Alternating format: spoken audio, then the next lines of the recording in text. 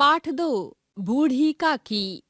बुढ़ापा बहुधा बचपन का पुनरागमन हुआ करता है। बूढ़ी काकी में जिह्वा स्वाद के सिवा और कोई चेष्टा शेष न थी और न अपने कष्टों की ओर आकर्षित करने का रोने के अतिरिक्त कोई दूसरा सहारा ही।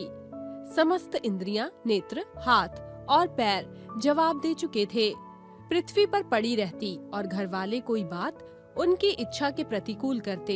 भोजन का समय टल जाता, बाजार से कोई वस्तु आती और उन्हें ना मिलती तो वे रोने लगती थी। उनका रोना सिसकना साधारण रोना न था, वे गला फाड़ फाड़ कर रोती थी। उनके पतिदेव को स्वर्ग सिधारे कलांतर हो चुका था। बेटा तरुण भी चल बसा था। अब एक भतीजे के सिवाय और कोई न था। उस भतीजे के नाम उन्होंने अपनी सारी संपत्ति लिख दी थी। भतीजे ने संपत्ति लिखवाते समय तो खूब लंबे चौड़े वादे किए, परंतु वे सब वादे केवल कुली डिपो के दलालों के दिखाए हुए सब्ज बाग थे। यद्यपि उस संपत्ति की वार्षिक आय 150-200 रुपए से कम न थी, तथापि बूढ़ी काकी को पेट भर भोजन भी कठिनाई से मिलता था।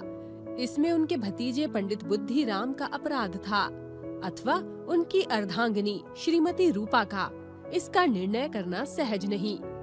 लड़कों को बुढ़ों से स्वाभाविक विद्वेष होता ही है, और फिर जब माता पिता का यह रंग देखते तो बूढ़ी काकी को और भी सताया करते। कोई चुटकी काट कर भागता, कोई उन पर पानी की कुल्ली कर देता। काकी चीख मार कर रोती, परंतु यह बात प्रसिद्ध थी कि वह केवल खाने के लिए रोती हैं। अतएव उनके संताप और अंतर्नाद पर कोई ध्यान नहीं देता था। संपूर्ण परिवार में यदि काकी से किसी को अनुराग था तो वह बुद्धिराम की छोटी लड़की लाडली थी। रात का समय था, बुद्धिराम के द्वार पर शहनाई बज रही थी और गांव के बच्चों का झुंड विस्मयपूर्ण नेत्रों से गाने का रसास्वादन कर रहा था। आज बुद्धिराम के बड़े लड़के सुखराम का तिलक आया है, यह उसका उत्सव है। घर के भीतर स्त्रियां गा रही थीं और रूपा मेहमानों के लिए भोजन प्रबंध में व्यस्त थी। भट्टियों पर कड़ाह चढ़े थे, एक में पूड़ियाँ कचौड़ियाँ निकल रही थीं, तो दूसरे में अन्य पकवान बनते थे। एक बड़े हंडे में मसालेदार तरकारी पक रही थी। घी और मसाले की क्षुधावर्धक सुगंध चारों ओर फैली हुई थी। बूढ़ी काकी अपनी कोठरी में शोकमय विचारक की भांति बैठी हुई थी। वह स्वाद मिश्रित सुगंध उन्हें बेचैन कर रही थी। आह, कैसी सुगंध है! अब मुझे कौन पूछता है? जब रोटियों के लाले पड़ रहे हैं तब ऐसे भाग्य कहाँ कि भरपेट पूड़ियाँ मिले। यह विचार कर उन्हें रोना आया। कलेजे में हुक सी उठने लगी, परंतु रूपा के भय से उन्होंने फिर मौन धारण कर लिया। बूढ़ी काकी देर तक इन्हीं दुखदायक विचारों में डूबी रहीं। घी और मसालों की सुगंध रह रह कर मन को आपे से बाहर किए देती थी। मुंह में पानी भर भर आता था। पूड़ियों का स्मरण करके हृदय में गुदगुदी होने लगती थी। बूढ़ी काकी की कल्पना में पूड़ियों की तस्वीर नाचने लगी। खूब लाल लाल, फूली फूली, नरम नरम होंगी। कचौड़ियों में अजवाइन और इलायची की महक आ रही होगी। एक पूरी मिलती तो जरा हाथ में लेकर देखती। क्यों ना मैं चलकर कड़ाही के सामने ही बैठूं। पूड़ियाँ छन छन कर तैरती होंगी। कड़ाही से गरम गरम निकलकर थाल में रखी जाती होंगी।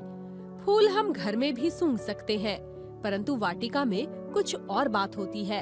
इस प्रकार निर्णय करके बूढ़ी काकी उकड़ू बैठकर हाथ के बल सरकती हुई बड़ी कठिनाई से चौखट से उतरी और धीरे धीरे रेंगती हुई कड़ाही के पास आ बैठी। यहाँ आने पर उन्हें उतना ही धैर्य हुआ जितना भूखे कुत्ते को खाने के सम्मुख बैठने में होता है। रूपा उस समय कार्यभार से उद्विग्न हो रही थी। बेचारी अकेली स्त्री दौड़ते दौड़ते व्याकुल हो रही थी, झुंझलाती थी, कुढ़ती थी, परंतु क्रोध प्रकट करने का अवसर न पाती थी। इस अवस्था में उसने बूढ़ी काकी को कढ़ाई के पास बैठी देखा तो जल गई। क्रोध रुक न सका। जिस प्रकार मेंढक केंचुए पर झपटता है, उसी प्रकार वे बूढ़ी काकी पर झपटी और उन्हें दोनों हाथों से झपट कर बोली, ऐसे पेट में आग लगे, पेट है या कुआं? कोठरी में बैठते हुए क्या दम घुटता था? अभी मेहमानों ने नहीं खाया, भगवान को भोग नहीं लगा, तब तक धैर्य न हो सका। बूढ़ी काकी ने सिर न उठाया, न रोई न बोली, चुपचाप रेंगती हुई अपनी कोठरी में चली गई। वह अपनी कोठरी में जाकर पश्चाताप कर रही थी कि मैं वहाँ क्यों गई। उन्हें रूपा पर क्रोध नहीं था, अपनी जल्दबाजी पर दुख था। सच ही तो है, जब तक मेहमान लोग भोजन ना कर चुकेंगे, घर वाले कैसे खाएंगे। मुझसे इतनी देर नहीं रहा गया, सबके सामने पानी उतर गया। जब तक कोई बुलाने ना आएगा, ना जाऊंगी। मन ही मन इस प्रकार विचार कर बुलावे की प्रतीक्षा करने लगी। वह मन बहलाने के लिए लेट गई। धीरे धीरे एक गीत गुनगुनाते उन्हें मालूम हुआ कि उन्हें गाते देर हो गई। क्या इतनी देर तक लोग भोजन कर ही रहे होंगे? किसी की आवाज नहीं सुनाई देती। अवश्य ही लोग खा पी कर चले गए। मुझे कोई बुलाने नहीं आया। रूपा चिढ़ गई। क्या जाने ना बुलाए, सोचती होगी कि आप ही आवेगी। वह कोई मेहमान तो नहीं जो उन्हें बुलाऊंगी। बूढ़ी काकी चलने के लिए तैयार हुई। यह विश्वास की 1 मिनट में पूड़ियाँ और मसालेदार तरकारियाँ सामने आएंगी। उनकी स्वादेंद्रियों को गुदगुदाने लगा।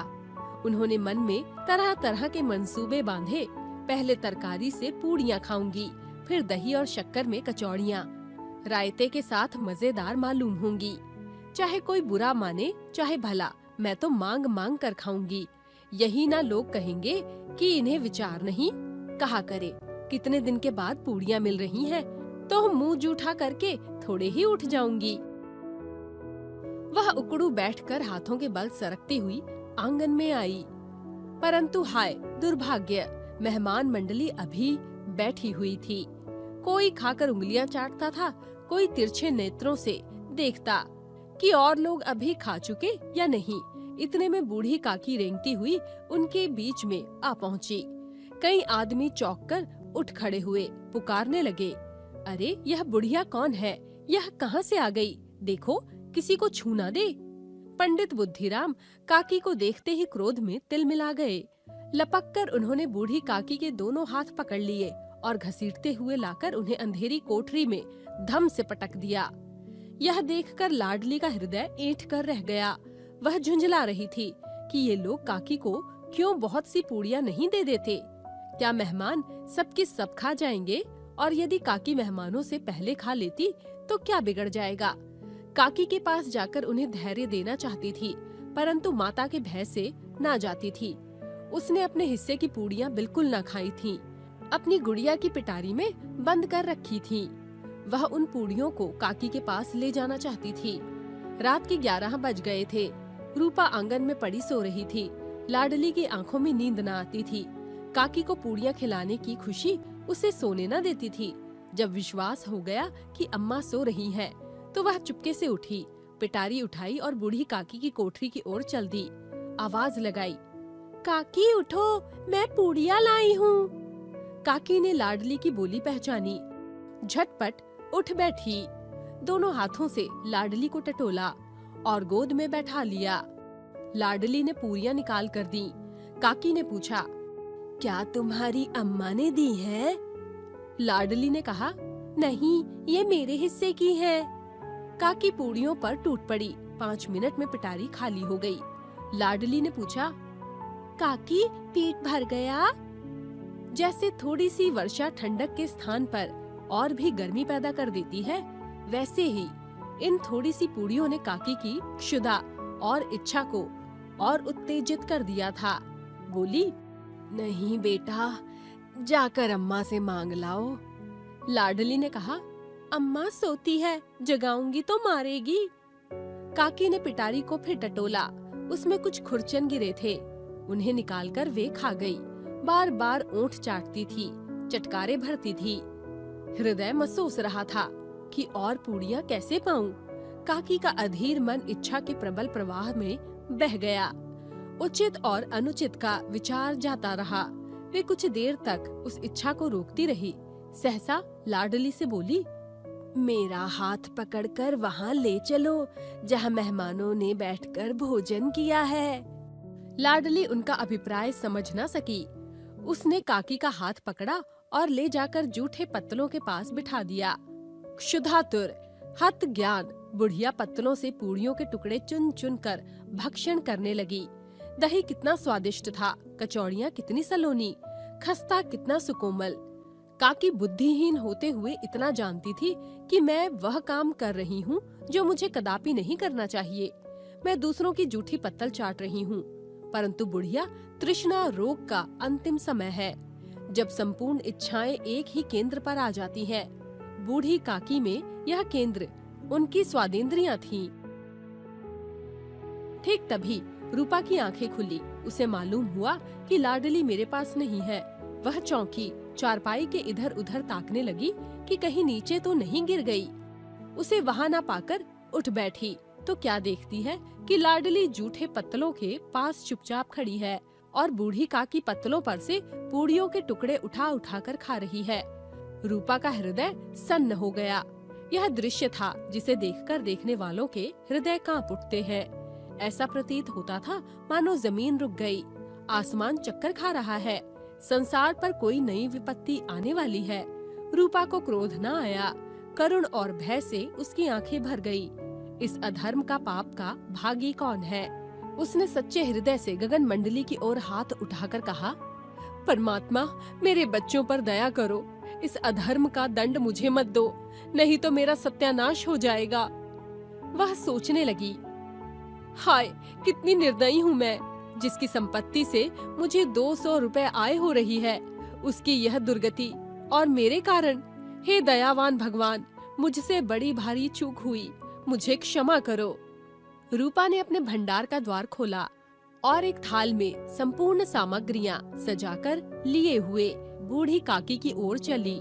रूपा ने कंठावरुद्ध स्वर में कहा, काकी, उठो, भोजन कर लो। मुझसे आज बड़ी भूल हो गई, उसका बुरा ना मानना। परमात्मा से प्रार्थना कर दो कि वे मेरा अपराध क्षमा कर दे। भोले भाले बच्चे की भांति जो मिठाइयाँ पाकर मार और तिरस्कार सब भूल जाता है, बूढ़ी काकी वैसे ही सब भुलाकर बैठी हुई खाना खा रही थीं। उनके एक एक रोए से सच्ची सदिच्छाएं निकल रही थीं और रूपा इस स्वर्गीय दृश्य का आनंद लूटने में निमग्न थी।